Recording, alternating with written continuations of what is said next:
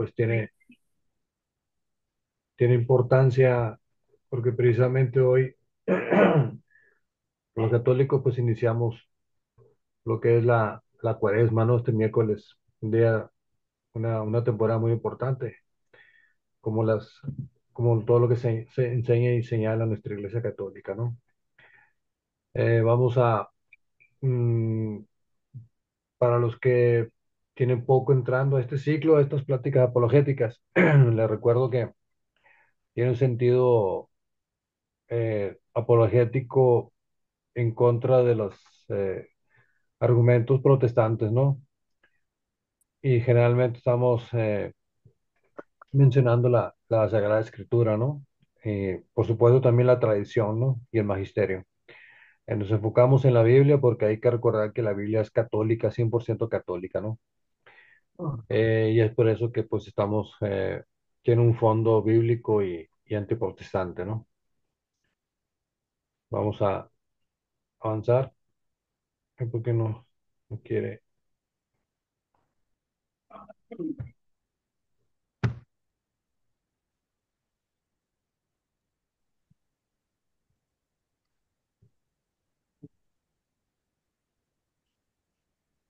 Está teniendo un poquito de problemas, no quiere avanzar.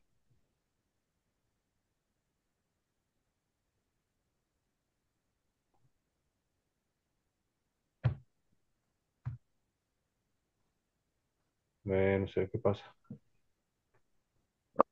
Con la pura flecha nomás, dile. Aquí está. Muy bien, pues el tema es un tema cruzado donde vemos los fundamentos bíblicos del inicio de la cuaresma y la cuaresma en general. Cruzado porque vamos a ver eh, un poco de otros temas, ¿no? Por defensa, ¿no?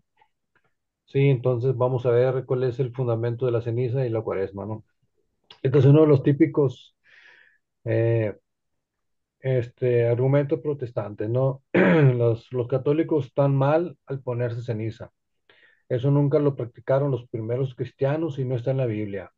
Son inventos de la Iglesia Católica Romanista. Y también me encontré este comentario, ya no recuerdo si es en YouTube o Facebook, no me acuerdo. Dice esta persona, es una mujer, dice, sin fundamento bíblico, no hay razón alguna para dejar la carne durante su periodo de cuaresma, que cuaresma como tal tampoco existe con fundamento bíblico. Y los miércoles de ceniza tampoco existen en la Biblia ni en la iglesia primitiva, ni jamás se realizó semejantes actos por parte de ningún apóstol, así como la confirmación, primera comunión, etcétera. No existen tales ritos que, en cambio, sí existían en los rituales para pertenecer a las sacerdotisas de la diosa Afrodita. Bueno, eh, como se dan cuenta, pues es el típico ataque que mezcla varias cosas, ¿no? Sin sentido, ¿verdad? Por eso es un tema cruzado, porque si nos alcanza el tiempo, no sé si se alcance, espero que sí. Vamos a presentar una defensa, tratar de cubrir la defensa de estos argumentos, ¿no? Sin fundamento bíblico, ¿no? Y empezamos pues algo ya muy común, ¿no? Este argumento es parte de un error protestante muy común, ¿no? En todo, porque ellos parten de un falso presupuesto protestante se llama la sola Biblia, sola Escritura, ¿no? Ellos exigen que toda práctica cristiana tiene que estar explícitamente en la Biblia. Pero la Biblia misma no enseña sola escritura, eso no lo enseña la Biblia, ¿no? Aquí pongo dos pasajes de muchos que lo enseñan, ¿no? La iglesia no se basa solo en la Biblia, sino en la sagrada tradición y la enseñanza apostólica. Eso es para empezar, ¿no? Para dejar en claro que por qué nos exigen o por qué exigen que tienen que estar.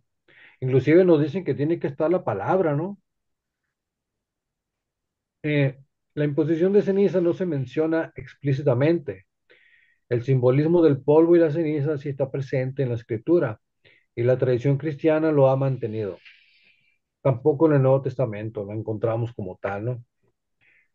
Pero tampoco hay en el Nuevo Testamento la práctica de nuestro Señor Jesucristo y de los apóstoles de pedir diezmo, ¿no? Eso no está en el Nuevo Testamento. Que un protestante me lo muestre con capítulo y versículo, ¿no?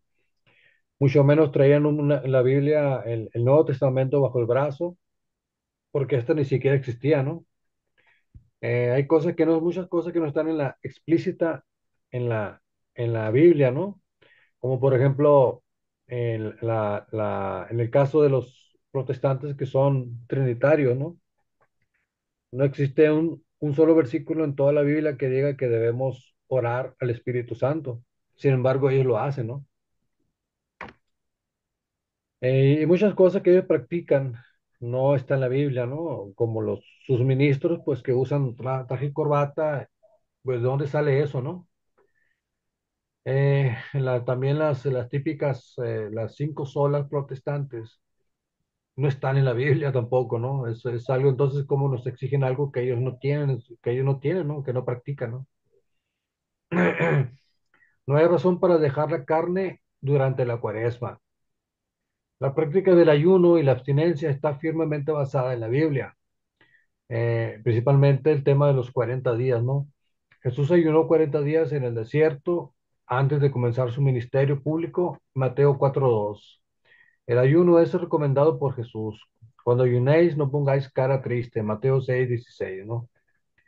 Los apóstoles practicaron el ayuno. Ayunando y orando, les impusieron las manos y los enviaron. En Hechos 13:2-3. El ayuno ayuda al crecimiento espiritual. Este género no sale sino con oración y ayuno, Mateo 17:21. Este versículo hace referencia a aquella ocasión que nuestro Señor manda a los apóstoles a predicar y entonces regresan diciendo que tuvieron problemas con un tipo de demonios que no obedecía, no quería salir de un endemoniado, ¿no? Entonces nuestro Señor le dice que ese tipo de demonios solo sale con oración y ayuno, ¿no? En el Antiguo Testamento el ayuno y la abstinencia es un señal de penitencia. Jonás y Daniel, ¿no?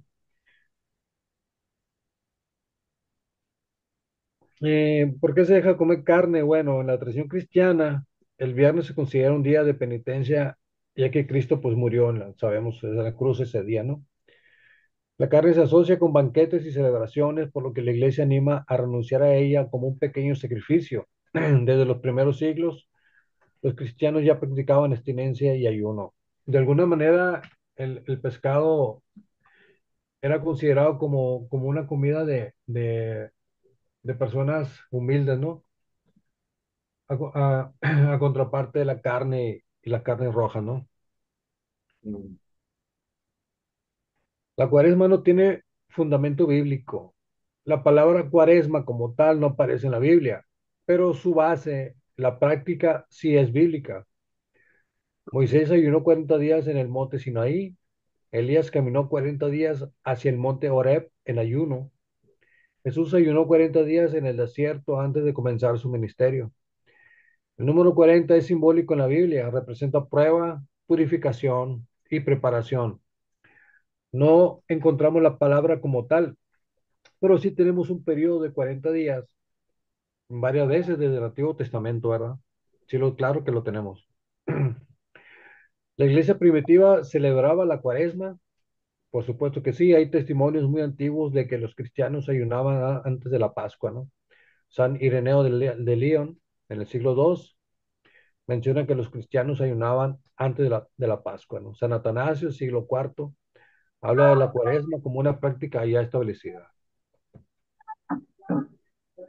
El miércoles se me pasaba, si hay un comentario, pregunta, este, adelante, ¿no? Siéntase en confianza para en cualquier momento comentarnos. El miércoles de ceniza no está en la Biblia. No se menciona el miércoles de ceniza como tal. La imposición de ceniza como signo de arrepentimiento es completamente bíblica, ¿no?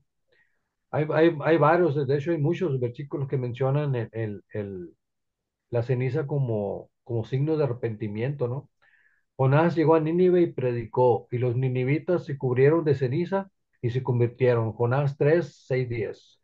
Job dijo, me arrepiento en polvo y ceniza. En el libro de Daniel encontramos que dice, Daniel ayunó con ceniza. Jesús mismo menciona esta práctica.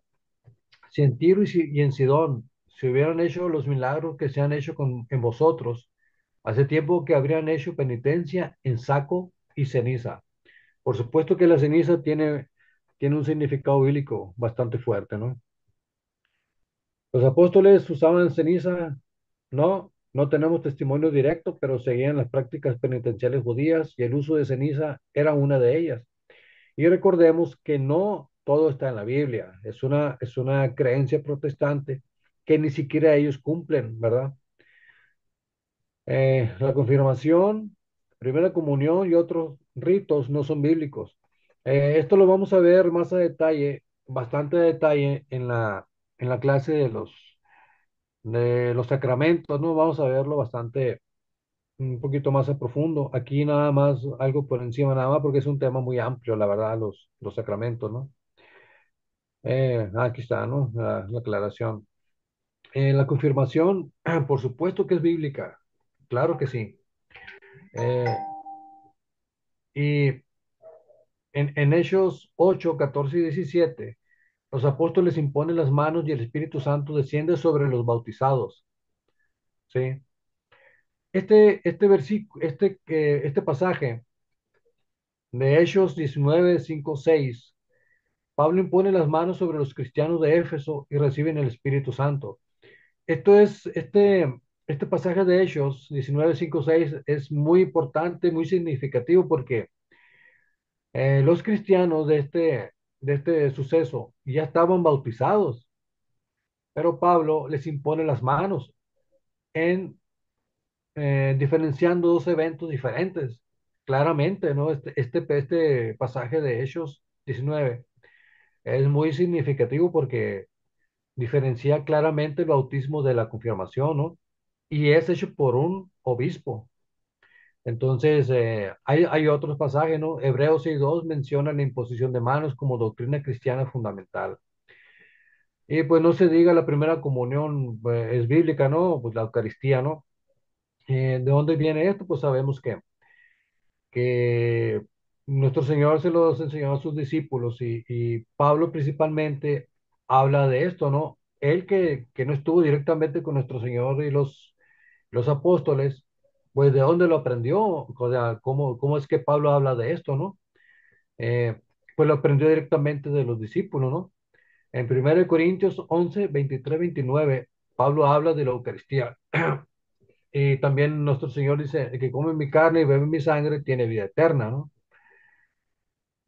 Y alguna vez un cristiano, por primera vez, cuando se acerca a la iglesia, por primera vez va a consumir la Eucaristía, va a comer el cuerpo y sangre de Cristo. Por primera vez, a eso se le llama la primera comunión y eso es perfectamente bíblico, ¿no? La iglesia primitiva practicaba estos sacramentos y los padres de la iglesia dan testimonio de ellos. Alguna vez un cristiano, pues por primera vez cuando se acerca a la iglesia, la única iglesia de Cristo, que fundó Cristo, pues va a comulgar, ¿no? A eso se le llama la primera comunión. Por supuesto que es bíblico, ¿no? Yo le pediría a un protestante, al que sea, que me demuestre con capítulo y versículo donde nuestro Señor dice que la Eucaristía es un símbolo, ¿sí? Que lo demuestre y también, pues, el que también habla es Pablo, ¿no? Que nos demuestre dónde dicen que es un símbolo, ¿verdad? Aquí está, ¿no? Que nos demuestre que es un símbolo. Ellos exigen que aparezca la palabra purgatorio, la frase Asunción de María, la palabra cuaresma, la frase miércoles de ceniza. También acuérdense que los protestantes no han respondido en más de 500 años, donde la Biblia aparece de forma explícita, aquí hay un error, ¿no? Explícita o implícita, la palabra o la doctrina de la sola Biblia o sola fide o sola fe, ¿no? Seguimos esperando esos versículos después de 500 años. Estos ritos existían en las sacerdotisas de Afrodita. Bueno, ¿esto qué tiene que ver, no? Este argumento es una falacia de falsa equivalencia, ¿no? Que algo se parezca a otra práctica pagana o a otra práctica, no significa que sea pagano o que sea lo mismo, ¿no? Eh, entonces vamos a aclarar un poco este punto, ¿no? Es algo que muy común en los protestantes, que por ejemplo, la Eucaristía, ¿no? Viene, su origen es de la adoración al sol, ¿no? Vamos a ver un poco de esto, cómo funcionaba esto, ¿no? Si nosotros usamos la lógica de esta protestante, entonces podemos decir que el pueblo escogido de Dios, antes de Cristo, ¿no? De nuestro Señor, era pagano e idólatra por órdenes del mismo Dios. O sea, ¿cómo puede ser esto posible, no? Los judíos tenían prácticas que tenían otros pueblos paganos, como la circuncisión, el sacrificio ritual de animales, el incienso, el ayuno, el sacerdocio, la penitencia o el bautismo. Estas prácticas no eran, no eran exclusivas del pueblo judío, ¿no? Del pueblo escogido. Los judíos compartían y hasta tomaron algunas prácticas rituales de otros pueblos, pero eso no significa que fueran de origen pagano ni que fueran una copia de ellos. Más bien, Dios tomó elementos culturales y los purificó para darles un sentido sagrado dentro de su revelación. ¿Qué prácticas, por ejemplo, la circuncisión? Ustedes saben lo que significa la circuncisión, más bien lo que significaba para el pueblo judío, ¿no? Era el inicio en la fe y exclusivo del pueblo judío. Pero en realidad esta práctica existía en Egipto y otras culturas antes que Abraham la ordenara, ¿no? Y nuestro Señor se la ordenara a Abraham. ¿Y Dios qué hace con estas prácticas? Dios las eleva a un signo prácticamente sagrado, ¿no? No era solamente un rito físico, sino que tenía un significado espiritual. En Deuteronomio 10:16 decimos, leemos que dice, circuncidad pues el prepucio de vuestro corazón. Entonces, nuestro Señor convierte estas prácticas, las eleva a un nivel espiritual, ¿no? Sacrificio ritual de animales. Los sacrificios eran comunes en el mundo antiguo, babilonios, egipcios, fenicios, etcétera. Dios no tomó esta práctica sin más, sino que la purificó para que apuntara a Cristo, ¿no? Y pues, ¿qué podemos decir de la cena pascual, ¿no? En Éxodo 12:5. Los sacrificios del Antiguo Testamento eran sombras del único sacrificio perfecto, Cristo en la cruz. Aarón y todos los ancianos de Israel eran idólatras. El suegro de Moisés, Jetro, realizó un holocausto y sacrificios a Dios a pesar de no ser israelita. Esto se menciona en Éxodo 18:12. Dice, y tomó Jetro, suegro de Moisés, holocaustos y sacrificios para Dios. Y vino Aarón y todos los ancianos de Israel para comer con el suegro de Moisés delante de Dios. Yetro pues, no era israelita, no tenía la fe, no era un circuncidado, pues. Él era de Madián, ¿sí? Y aún así, pues, realizaba sacrificios y también otros pueblos los practicaban, ¿no?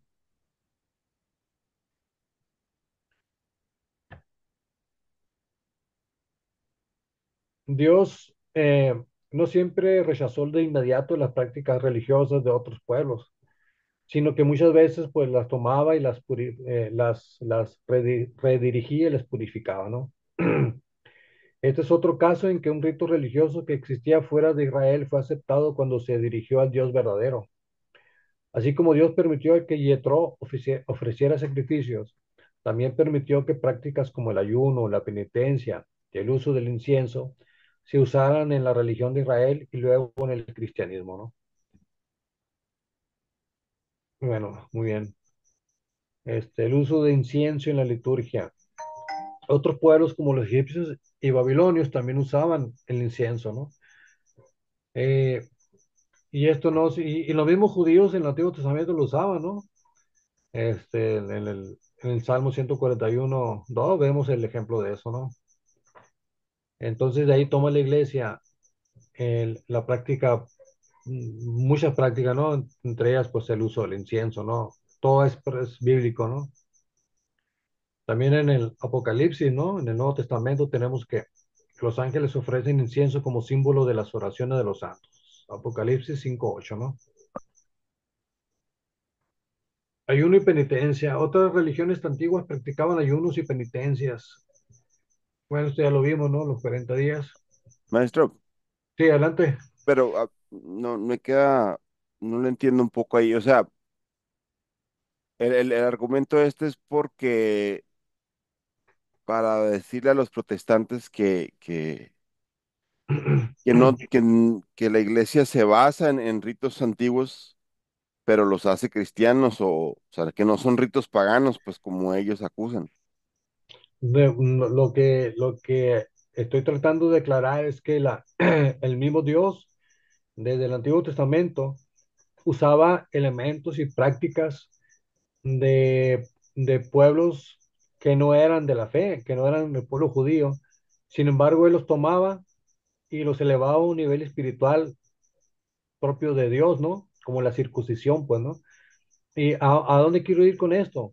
Eh, mm, es muy común que nos acusen los protestantes, por ejemplo, son muchas las prácticas, ¿no?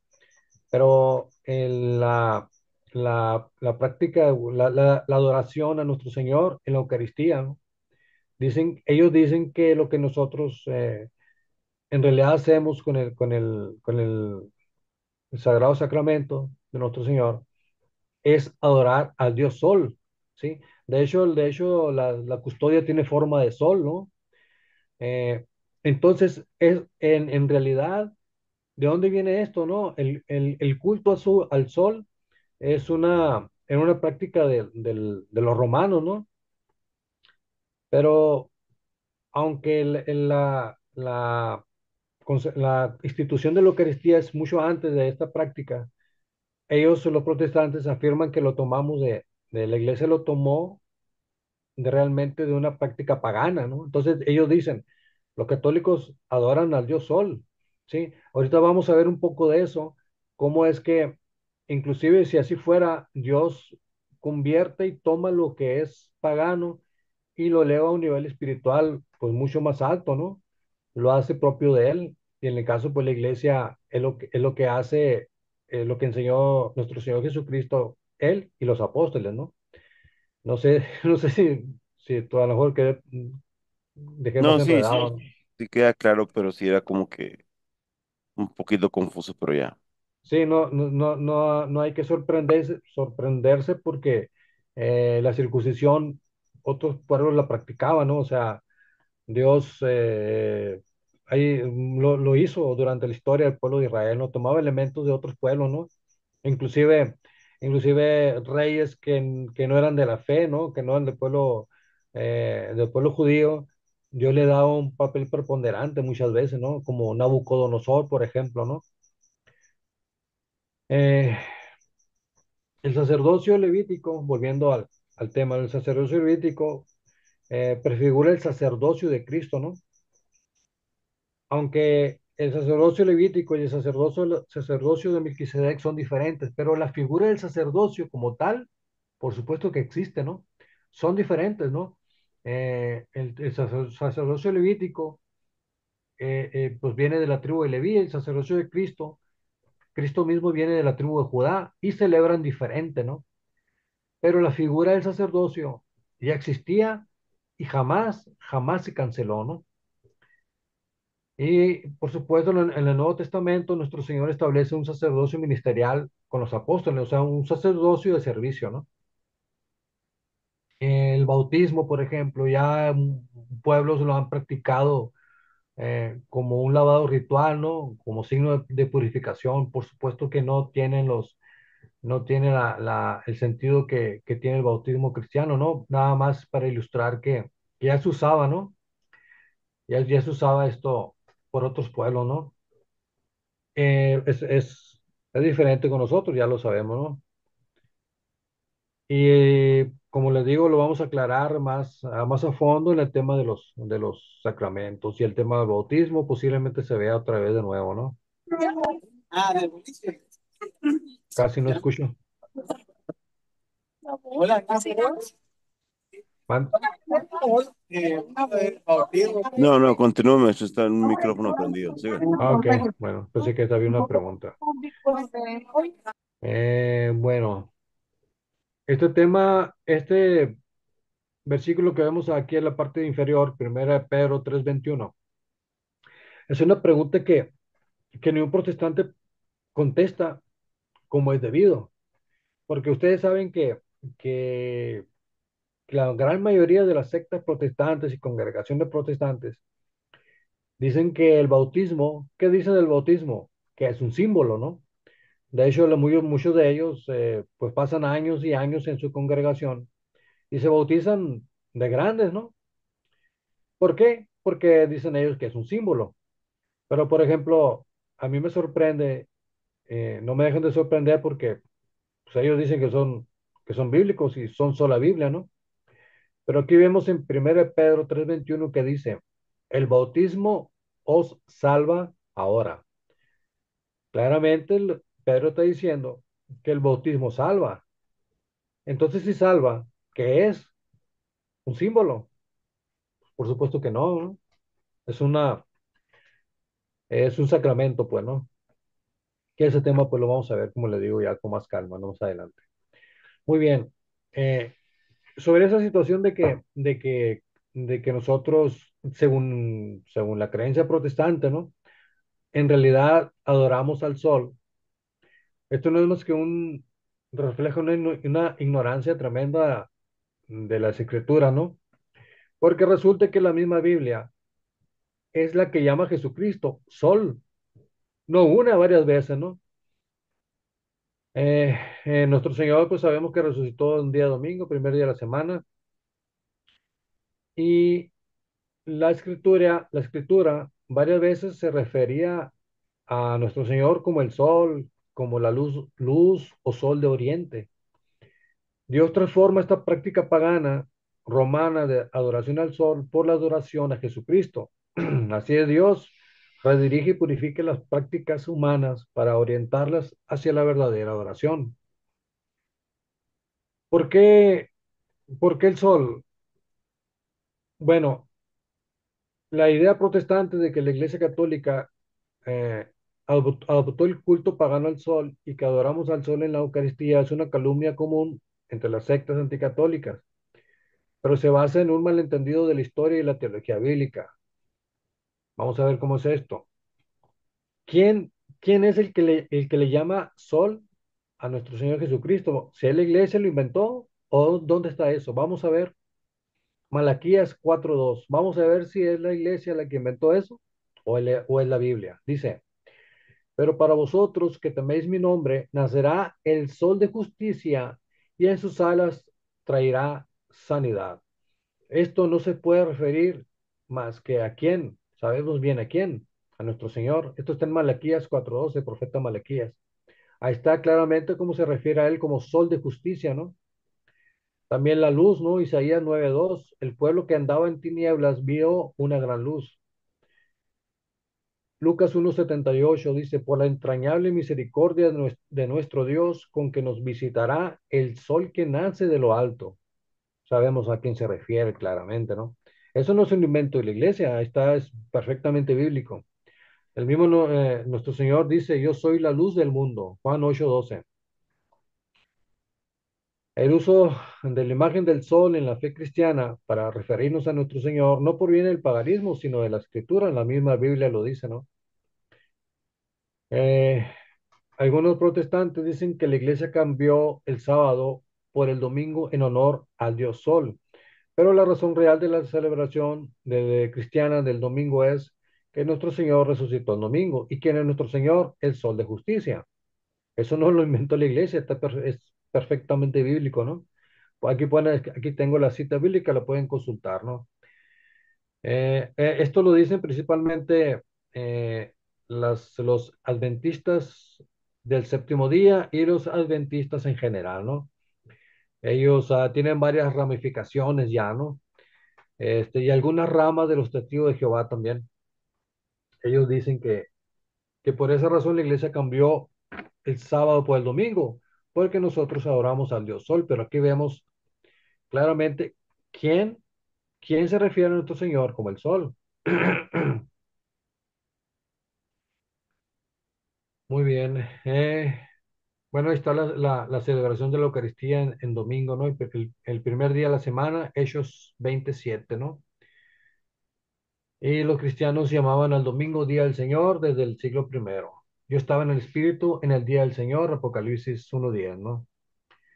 Los cristianos no adoraban al Dios Sol, sino a Cristo resucitado, el verdadero Sol de justicia, como lo llama la Escritura, ¿no? Como le digo, este tema es un tema cruzado, como casi todos, la mayoría de los temas que vemos aquí, porque hay que hacer defensa de varios temas, ¿no? Sol Invictus, así le llamaban los romanos a su culto, ¿no? Los paganos romanos tenían festivales solares como el Sol Invictus, 25 de diciembre, y algunos dicen que la iglesia adoptó estas fechas. Sin embargo, el culto al Sol Invictus fue establecido por Aureliano en el año 274 después de Cristo. Los cristianos ya celebraban la resurrección en domingo mucho antes que eso, ¿no? Los padres de la iglesia no vinculaban su fe con el culto solar, sino con la revelación bíblica.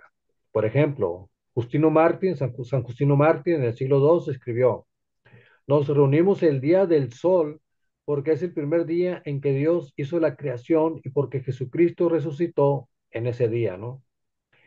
Entonces nos queda claro, nos quedando más claro, porque el cristianismo y la Iglesia Católica no copió el culto pagano, sino que Cristo mismo es el verdadero sol de justicia, y así lo creyeron los primeros cristianos desde que empezó pues nuestra iglesia, ¿no? Entonces, ¿qué hace Dios con su poder? Pues él tiene poder de agarrar los elementos paganos si él quiere y lo convierte en algo sagrado, en algo santo, por supuesto que sí, ¿no? Eh, bueno, aquí está, ¿no? La misma Biblia llama a Cristo Sol de Justicia. Esto es muy común en los círculos adventistas.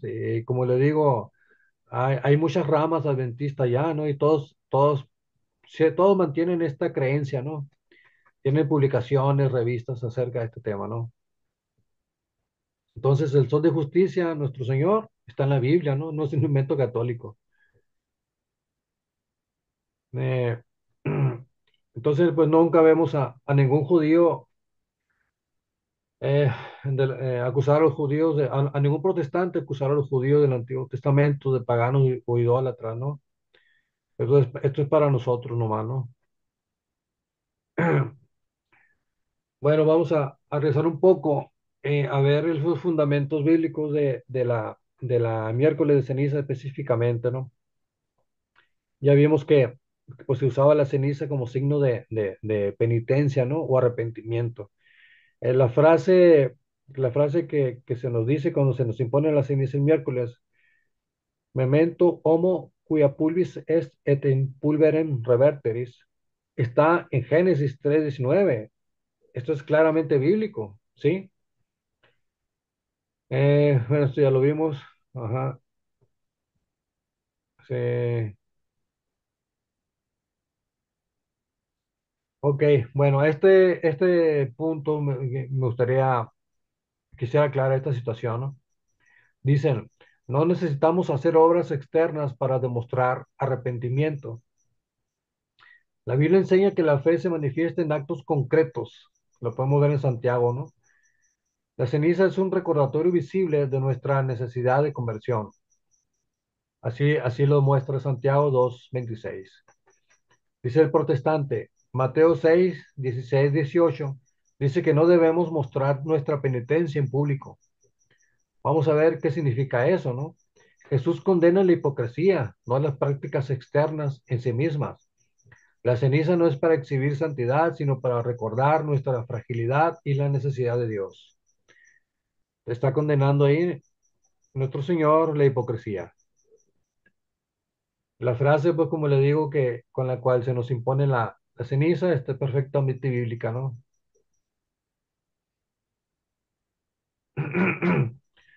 La cruz que se nos pone el miércoles, encontramos una figura un tipo de la cruz del miércoles de ceniza que se marcaba a los penitentes. Ezequiel 9:4 dice, le dijo Yahvé, pasa por en medio de la ciudad, por en medio de Jerusalén, y pon por señal una tau o un tau en la frente de los que se duelen de todas las abominaciones que en medio de ellas se cometen. Pues díganme ustedes si la cruz, la tau tiene una letra, es una letra hebrea en forma de cruz, no como la T así. Eh, entonces díganme ustedes si no tenemos un fuerte fondo bíblico que viene del Antiguo Testamento. Y esta práctica de la cruz en la frente, pues por supuesto que tiene un fondo penitente y bíblico, ¿no? ¿De dónde sacan que no es bíblico, no?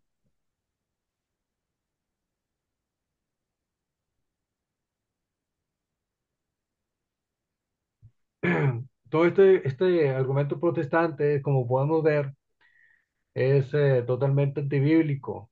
Las señas o elementos visibles de penitencia son perfectamente bíblicos.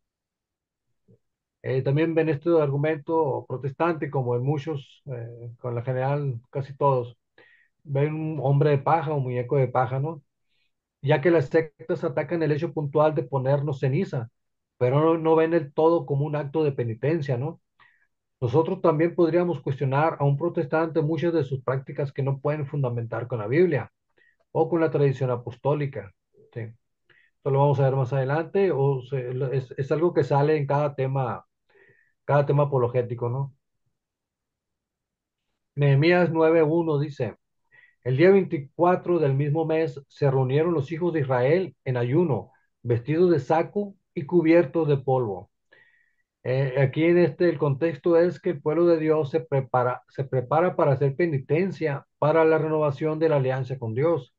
Igualmente, el pueblo cristiano católico se prepara para una renovación y reconocer sus pecados ante Dios y llama al pecador a hacer penitencia y arrepentirse en una época en que conmemoramos la pasión, muerte y resurrección de nuestro Señor Jesucristo. Por supuesto que marcarse y ayunar y cubrirse de ceniza y polvo eh, como una preparación para la penitencia, por supuesto que es bíblico, está en Nehemías 9:1 y en otro pasaje, ¿no? ¿Dónde está lo malo aquí, ¿no? Con esto, con esta práctica. Eh, Job 16:15, bueno, ya creo que no sé, ya lo mencioné, dice, he cosido un saco sobre mi piel, he revuelto mi frente en la ceniza. Job también 42 dice, por todo me retracto y hago penitencia entre el polvo y la ceniza. Ezequiel 27:30-31. Alzarán a ti sus clamores y darán amargos gritos. Echarán polvo sobre sus cabezas y se revolcarán en la tierra. Por tu causa se raparán la cabeza y se ceñirán de cilicio y te llorarán con amargura de alma, con dolor amarguísimo. Se raparán la cabeza. No sé si algunos recuerden la tonsura que usan o usaban algunos religiosos y algunos clérigos católicos, ¿no? Pues esta práctica de la tonsura tiene su origen y raíz en la Biblia, ¿no? En el Antiguo Testamento. Ahí con polvo se refiere, pues, quemaban cosas y esa ceniza es la que se echaban en la cabeza, ¿no? Así es, sí, exactamente. No precisamente polvo, no polvo de la tierra, sino que era un elemento que se quemaba, ¿no? Dice Monseñor Straubinger, señales de luto acostumbradas entre los pueblos de Oriente. Hay en este pasaje, como lo muestra gramática, muchas expresiones semejantes a las que se usan para la Babilonia apocalíptica, ¿no?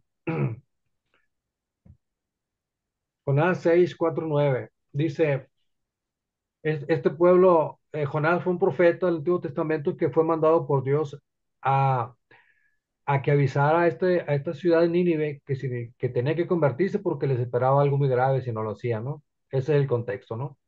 Dice, y comenzó Jonás a penetrar en la ciudad camino de un día y pregonaba diciendo, de aquí a 40 días será destruida Nínive. La gente de Nínive creyeron a Dios y pregonaron ayuno, y se vistieron sacos desde el más grande al más pequeño. Llevó la cosa al rey de Nínive y levantándose de su trono, se desnudó sus vestiduras, se vistió de saco y se sentó sobre el polvo.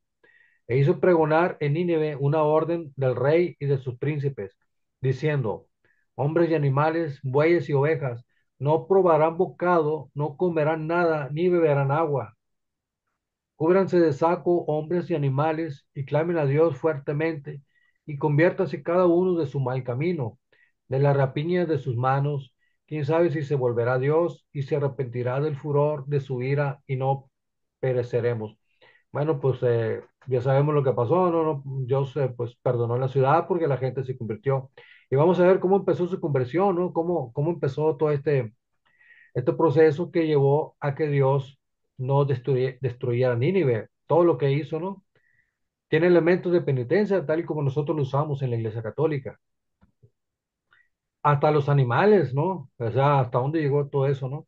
Entonces, ¿qué tenemos aquí? Vemos aquí en Jonás 6 que un rey toma conciencia de que debían hacer penitencia para que Dios no lo castigara, para que no destruyera la ciudad.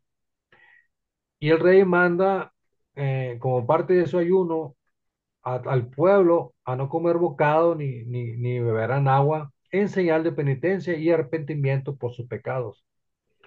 Así también, pues de forma parecida, los católicos tomamos elementos de la Sagrada Escritura para iniciar este periodo de cuaresma que inicia en este miércoles, ¿no? ¿Dónde está lo antibíblico de todo esto, no?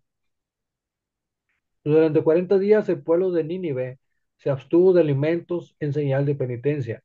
Si los católicos nos abstenemos de algunos alimentos durante la cuaresma, por supuesto que tenemos un fundamento claramente bíblico, ¿no?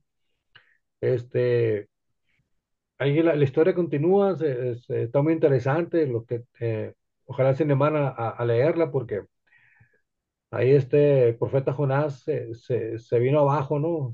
Tuvo una crisis ahí de fe, ¿no? Bueno, sobre el uso de algunas vestimentas de personas consagradas a Dios, de algunos religiosos o de algunas personas que hacen alguna promesa o manda, no sé si, imagino que lo han visto, ¿no? La Biblia menciona muchas veces el uso de silicio o saco como señal de penitencia, el cual era una prenda de pelo de cabra o camello. A eso le llaman saco. Dice Monseñor, el día de penitencia que se describe en este capítulo tuvo por objeto preparar al pueblo para la renovación de la alianza. ¿Qué es el saco? Silicio, es decir, vestido de pelo de cabra o camello. Es vestir de una forma muy rudimentaria, muy humilde, ¿no? Aquí está la definición de lo que es el silicio, que es muy bíblico, ¿no? Perfectamente bíblico. Algunas personas, casi no me ha tocado ver ya, pero antes algunas personas usaban lo que se llama el hábito de San Francisco. No sé si alguna vez lo tocó verlo, ¿no? Ya casi no se ve, pero sí me tocó verlo a mí.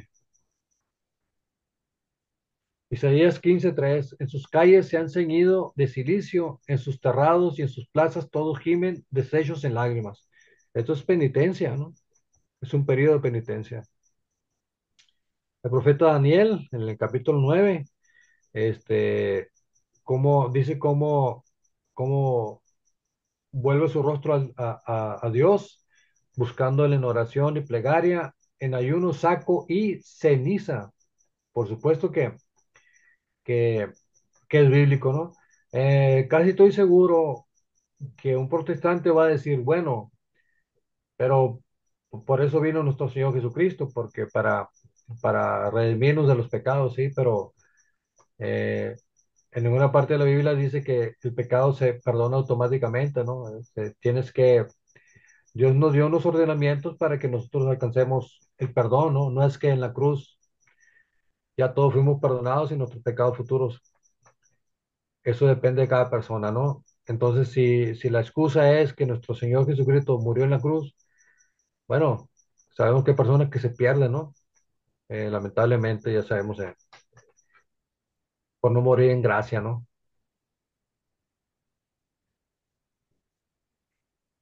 Pues esto fue lo que hizo, si el profeta Daniel, un santazo del Antiguo Testamento, hizo eso, pues, ¿en dónde está lo malo que nosotros lo hagamos también, ¿no? Yo no veo nada por ningún lado, nada malo, ¿no? Segunda de Samuel 13:19.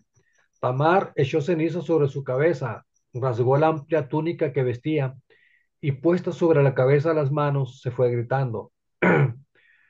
Eh, Tamar fue violentada por su medio hermano, fue víctima de terrible acto de justicia y en muestra de su tristeza, ¿no? De su situación, pues echó ceniza sobre su cabeza, ¿no?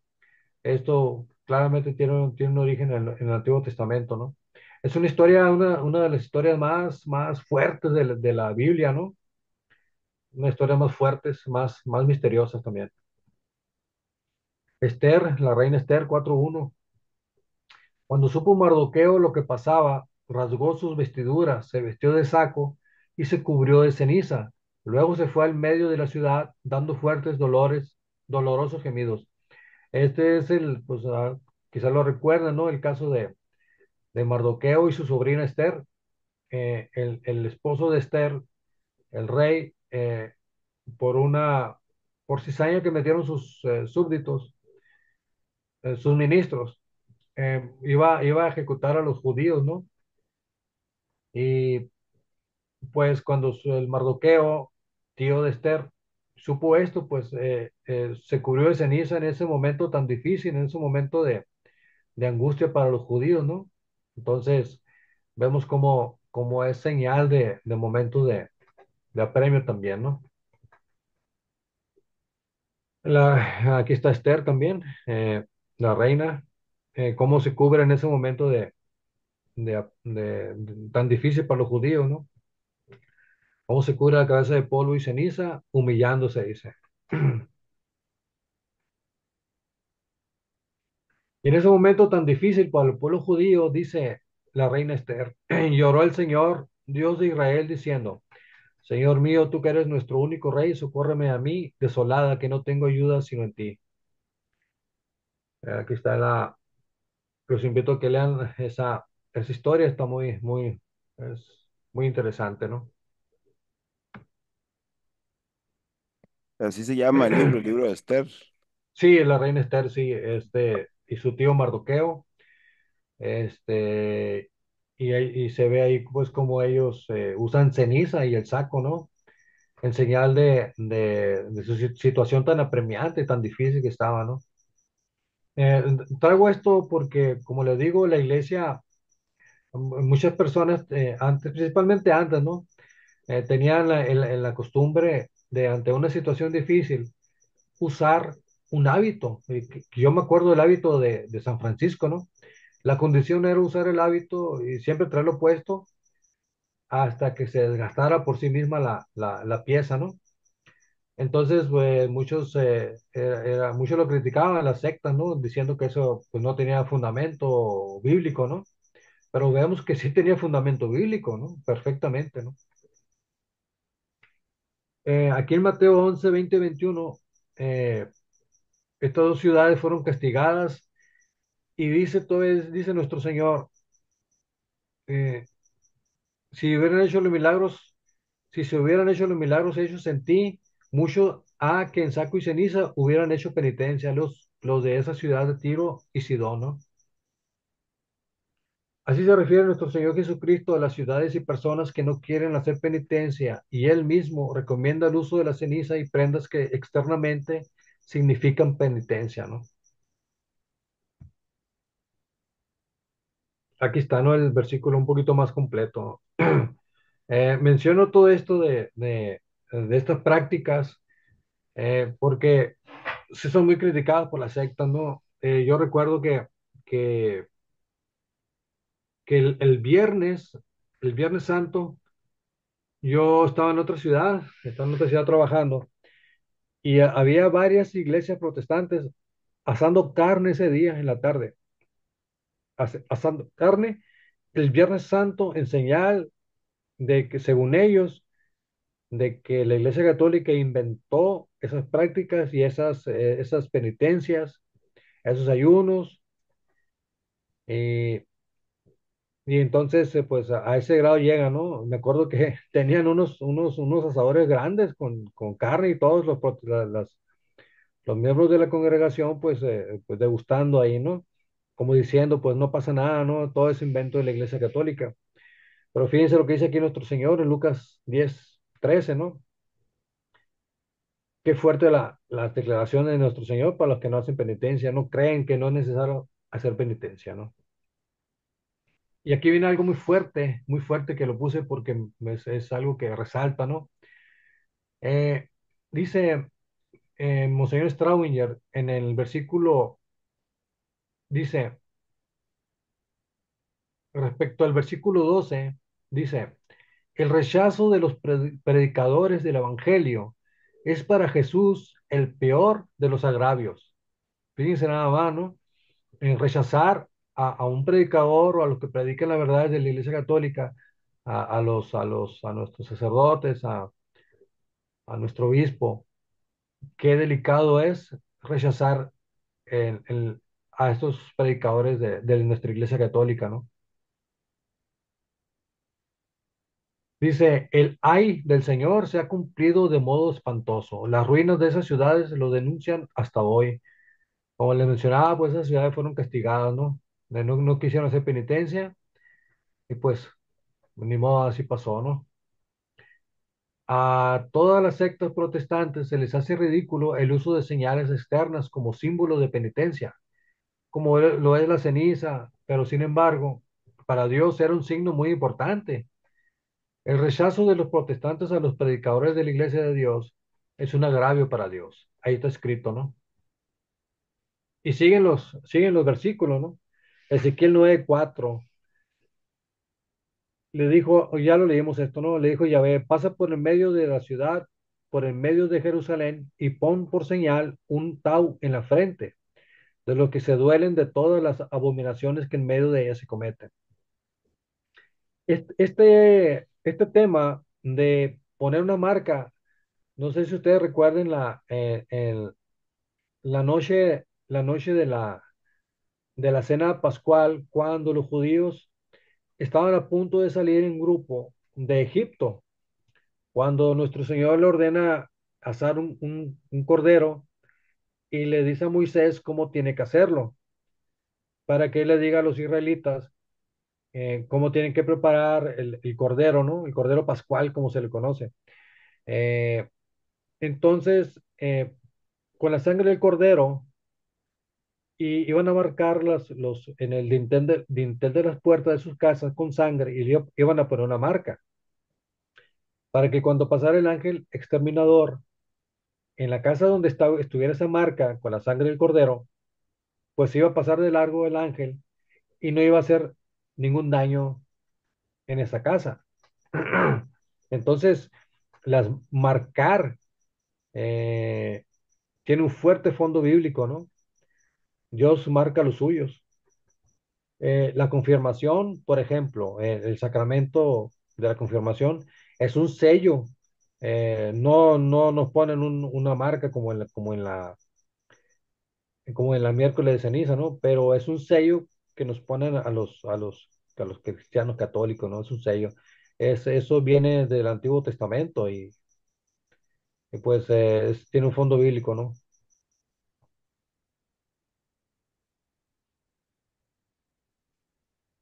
Y aún así, dicen los protestantes. Pero marcarse está prohibido por Dios. Dios nunca mandó marcarse con ceniza a nadie. A pesar de lo que vimos del ataúd en la frente, de la ceniza de polvo que se echan en la cabeza, cómo la reina Esther se lo puso, cómo su tío Mardoqueo se lo puso, siguen igual, ¿no? Vamos a Jeremías 6:22 y Jeremías 6:26. Dice, así dice Yahvé, mira, viene de la tierra del septentrión un pueblo, gran muchedumbre viene del extremo de la tierra. Vístete de saco, pueblo mío, revuélcate en la ceniza. Llora como se llora la muerte del primogénito. Llora amargamente porque de repente vendrá sobre nosotros. Es el mismo Dios que le dice al pueblo de Israel que use la ceniza. ¿Cómo queda una persona después de revolcarse en la ceniza? Pues claramente queda marcada, ¿no? Génesis, las señales y marcas, por supuesto que son bíblicas, como les comenté ahorita. Bueno, y me adelanté un poco, ¿no? Me adelanté, pero vamos a continuar. Dice, las marcas y señales, Dios sí las permite. Si ustedes recuerdan el caso de Caín, ¿no? Dios lo marcó para que nadie le hiciera daño, a pesar de que Caín, a pesar de lo que hizo Caín, ¿no? Génesis 4, 13, 15 dice, dijo Caín a Yahvé, insoportablemente grande es mi castigo. Ahora me arrojas de la tierra cultivada, oculto a tu rostro. Habré de andar fugitivo y errante por la tierra, y cualquiera que me encuentre me matará. Pero Yahvé le dijo, no será así. Si alguien matare a Caín, sería este 7 veces vengado. Puso pues Yahvé a Caín una señal para que nadie le encontrase y le matara. Entonces, ¿cómo que Dios no pone señales, no? Aquí vemos claramente cómo, pues marcó a Caín para que nadie le hiciera daño, ¿no? Pero maestro, Sí, pero adelante. por ejemplo, cuando alegan que, bueno, no cuando alegan, cuando nos enseñan que la ley antigua, pues fue abrogada por nuestro Señor y se hizo perfecta, ¿no? Pero esto no son leyes, ¿no? Sino que eran como que, no era ley hebrea propiamente, sino que eran como maneras que Dios les pedía de arrepentirse, ¿no? Entonces la iglesia se inspira en eso porque la iglesia pues no nos manda eh, llenarnos de ceniza ahorita, por ejemplo, ¿no? Nada más toma el ejemplo. Sí, eh, ah, bueno, sí, de lo que se trata es de fundamentar que el uso de la ceniza tiene un fondo y una base bíblica, ¿no? Y que no estamos cometiendo o que no es un invento de la iglesia, ¿no? La penitencia, marcarse con ceniza, eh, tiene un fondo bíblico, no es un invento de la iglesia, como dicen ellos, ¿no? Eh, ni es una práctica que estamos tomando de una práctica pagana, ¿no? Ah, ok. Eh, no es, o sea, eh, si alguien te dice, un pariente, no es un vecino protestante, te dice, ¿por qué te marcaste? Que te vea la marca de la cruz en la frente, ¿no? Sabemos perfectamente bien que está en la Biblia, ¿no?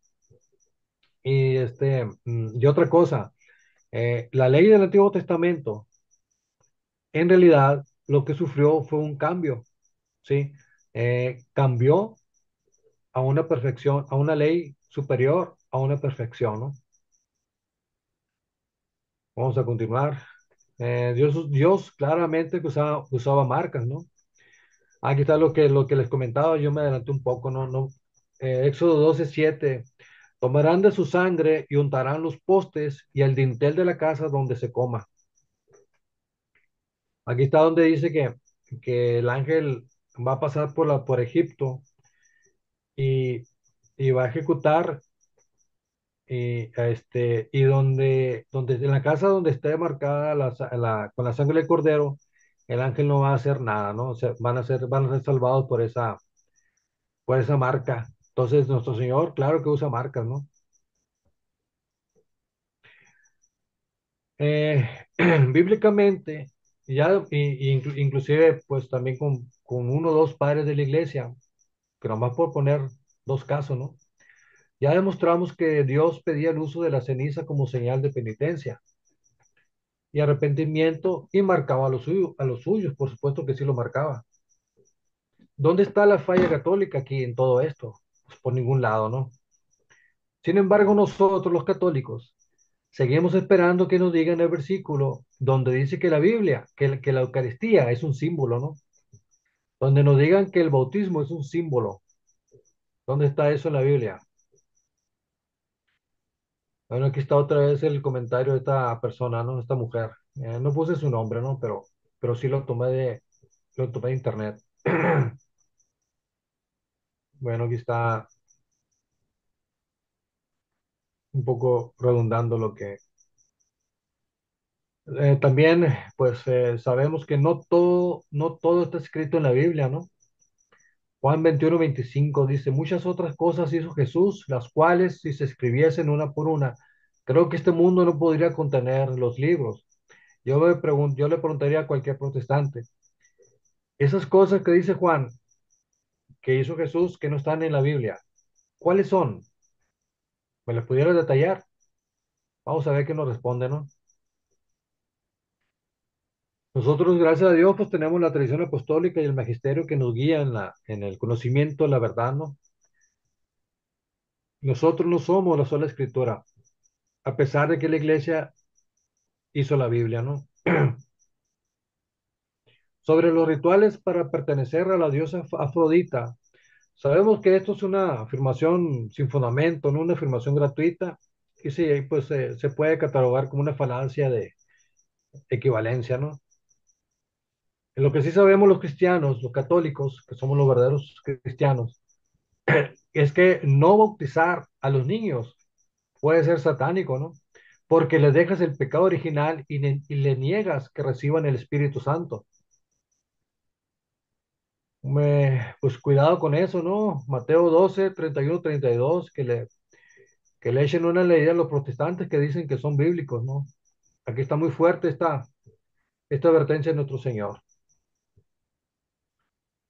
¿Cuál es el contexto de esto? Pues nuestro Señor expulsó demonios y los fariseos le dijeron que lo expulsó por poder de Belcebú, ¿no? Pero nosotros pues sabemos que en realidad nuestro Señor expulsaba demonios por el poder del Espíritu Santo. Entonces, de ahí la advertencia de nuestro Señor, ¿no? Negar el bautismo es negar al Espíritu Santo y significa rechazar la acción de Dios y su gracia, lo cual en cierto sentido equivale a ponerse en contra de Dios y por lo tanto quedar bajo la influencia del maligno. ¿Quién rechaza los dogmas y verdades que Jesucristo dejó en su iglesia católica? ¿Quiénes son? Eh, los protestantes tienen muchas prácticas antibíblicas que ni siquiera entre ellos se ponen de acuerdo. Por ejemplo, la práctica de la oración del pecador. Eso no existe en ninguna parte. Y yo tristemente hice esa oración, me pasó en el frente a decir esa oración, ¿no? Pero ya después, pues ya estando en la iglesia católica, pues vengo a enterarme que eso no existe, ¿no? No existe en la Biblia, ¿no? Tampoco vemos a nuestro Señor y a los apóstoles pidiendo diezmo, ¿no? Voy a cerrar con este punto, con la famosa oración del pecador, que eh, mm, ni siquiera otras sectas protestantes la dan por buena, ¿no? Es rechazada esta oración. Vamos a ver qué dice una iglesia protestante sobre esto de la oración del pecador. Dice, ora para recibir a Jesús en tu corazón y ser salvo. Esta es una de las prácticas menos bíblica y más difundida entre las iglesias. Mucho debe decirse al respecto, mas lo importante se resume en que la salvación se recibe por fe. El inicio de la salvación inicia por fe, es una aclaración, ¿no? No por una afirmación verbal que se hace una sola vez en la vida, ni por repetir palabras. Hay que tener cuidado porque podríamos reducir la fe a una creencia superficial, muchas veces supersticiosa. Fíjense nada más lo que dice, aquí está, dejo el link de este pastor que está en contra de la oración del pecador. Entonces, ¿cómo podemos creer en sectas que se contradicen unas a otras? Ahí está la consecuencia, pues, de la ausencia de un magisterio y de la asistencia del Espíritu Santo. Solamente aclaro que lo que dice este pastor dice, más lo importante que se resume en que la salvación se recibe por fe. Eso es parcialmente cierto porque la salvación tiene un inicio, ¿sí? Tiene un inicio y así lo enseña nuestro Señor, los apóstoles y la Santa Iglesia Católica. ¿Y cuándo inicia esa salvación? No sé cuántos estén, ¿Cómo cuando inicia? ¿En ¿cuándo qué inicia la momento salvación de una persona? cuando se bautiza? Cuando se bautiza, exactamente, ahí es cuando inicia, ¿no? No es que tengas que pararte a decir una oración, ¿no? Maestro, una Eh, pregunta. sí, La oración del pecador, esa que hacen los protestantes, no hay que confundirla con el yo pecador que rezamos en la misa, ¿no? sí, no, no, son cosas muy diferentes, no nada que ver, ¿no? Este, el yo pecador es un arrepentimiento y prepararnos para la Santa Misa, ¿no? No, no decimos que esa oración nos hace salvos, ¿no? Como dicen los protestantes. No, la iglesia nunca ha enseñado eso, ¿no? Al contrario. Pero son dos oraciones diferentes, ¿no? Sí, totalmente diferente, ¿no? El yo pecador, uno se declara pecador y, y se pone en disposición para recibir el cuerpo y sangre de Cristo, ¿no? Que eso es lo que vamos a la Santa Misa. Y, y pues sabemos que la Eucaristía es algo que niegan las sectas, ¿no? Entonces nada que ver una oración con la otra. Se puede confundir, pero nada que ver, ¿no? Son diferentes. Eh, no sé si hay comentarios. Creo que, creo que fue lo último. Aquí está aquí está la página de donde tomé el comentario de este pastor. Cómo contradice esa famosa oración del pecador, ¿no? Y las preguntas de siempre a las sectas protestantes, ¿no? ¿Dónde está sola Biblia en la Biblia? ¿Dónde está? Con capítulo y versículo. ¿Dónde está la sola fe? ¿Dónde está la perspicuidad bíblica en la Biblia, no? Si quisiera dejar el catolicismo y hacerme protestante, ¿a cuál de las más de 38.000 iglesias protestantes debo adherirme? Primero que contesten estas preguntas y después critiquen a la iglesia de Jesucristo, ¿no? Ya después que nos cuestionen nuestras prácticas y devociones y con mucho gusto les respondemos, ¿no? Pero sería bueno que nos dieran respuesta a estas preguntas que tenemos aquí, ¿no? Que las vamos a escuchar en todo este ciclo de apologética, ¿no? Pues creo que fue todo. No sé si hay dudas, comentarios, ¿qué les pareció? Este, Vamos a ver más adelante un poco de eh, algunas cosas que vimos aquí. Es un tema cruzado, pero creo que siguen los sacramentos, creo. Y vamos a entrar más a profundidad, más a detalle en este tema de que atacan las sectas protestantes, ¿no? No sé si hay comentarios.